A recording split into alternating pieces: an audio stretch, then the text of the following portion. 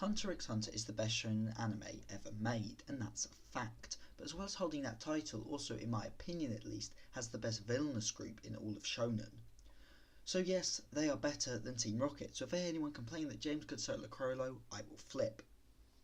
Now, before we get onto the meat and potatoes of this video, I'd like to ask you to leave a like on the video and subscribe to stay up to date with more anime analyses and thematic breakdowns. Now, without further ado, let's go beyond, plus spiders. So, although I could just gush for 40 minutes about how much I love the Phantom Troupe, I think it is fitting I control myself and start with the head of the spider himself, Chrollo Lucifer. Cause come on, this ain't no Tekken 101 video. Chrollo Lucifer, aka Spider Number 0, is the leader and founder of the Phantom Troupe and is such a very important piece when discussing the troupe. Chrollo, like many characters in Hunter, is nuanced and complex at a psychological and philosophical level. He is cold and ruthless, but also charismatic and a natural leader. His identity is an enigma, and that is his biggest issue. Chrollo lacks any sense of identity. He doesn't know who he is, and through this realization, he decided he would create his own identity. He grew up in Meteor City, a place for the forgotten and unwanted. From birth he wasn't a person. In the eyes of the world, he was unwanted. With the help of others from his miserable birthplace, he formed the band of thieves that would one day be called the Phantom Troupe. Chrollo did not want fame or fortune, he just stole because he could, because it was the path in life he felt he could pursue. The troupe became his identity, it became his purpose in life. He was no longer Chrollo Lucifer, he was now the boss. Chrollo for me is such an interesting and dare I say relatable character. He has very little in the way of emotions, but this isn't because he trained to rid his body of them or anything so complex. No, he simply just never had any to start with.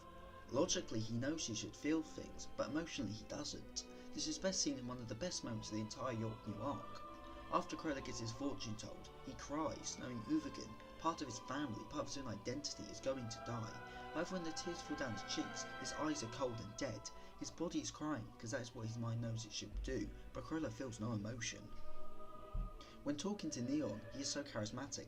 However, we know it's an act, as we've seen his true face. He is a man who doesn't enjoy killing, he just doesn't feel anything when he does it. He is a man with no emotions, just because that is how he is. Okay, so I've talked about Chrollo for way too long now. I mean, I could easily make a video just about his psychology, but that is for some time in the future. The troupe, as I alluded to before, are a family, a strange family of killers and thieves, but nonetheless a family. Chrollo created an identity for himself, but at the same time also made a place for those with nowhere and no one to belong. Benolanov came from a tribe, pushed out of their home by human development, while Machi came from Meteor City, which as I said before is a place for the forgotten and the unwanted. No matter what their pasts, all the members of the troops have a place to call home. Within the ranks of the troupe, they can live freely and do whatever they want. They can be the people they want to be.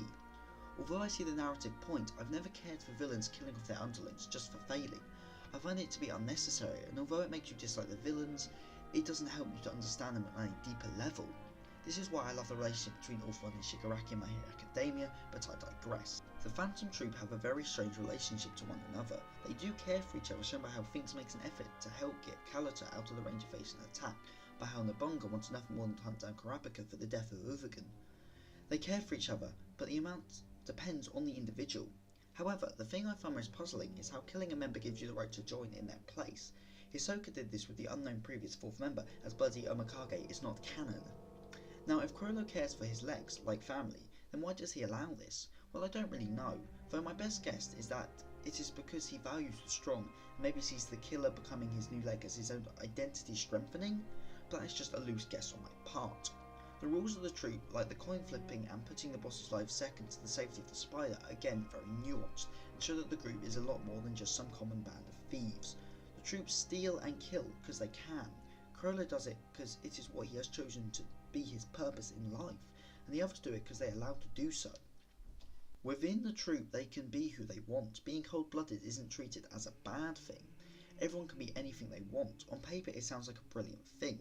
Takashi had to introduce 12 new villains in one arc, and make them both terrifying and understandable. It is not an easy feat. However, I think we can all agree he did very well in this regard.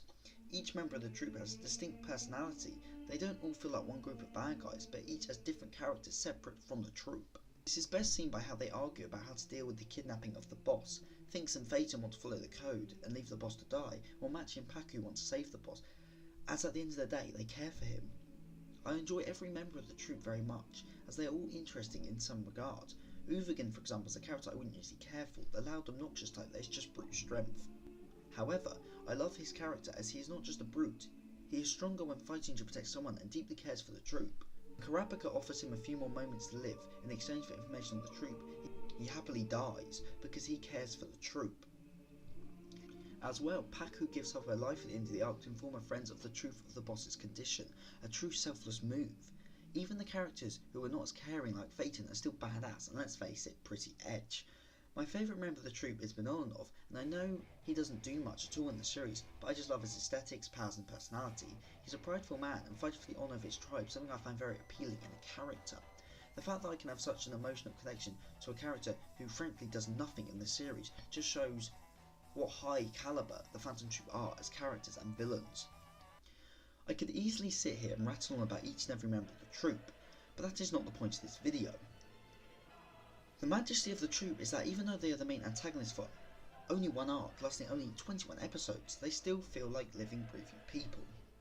When I get immersed in the show, it is because of the characters. I want to feel like they are real people, because that way I can better relate. When I think of my favourite characters in anime, HunterXHunter doesn't come to mind, even though it is my favourite anime.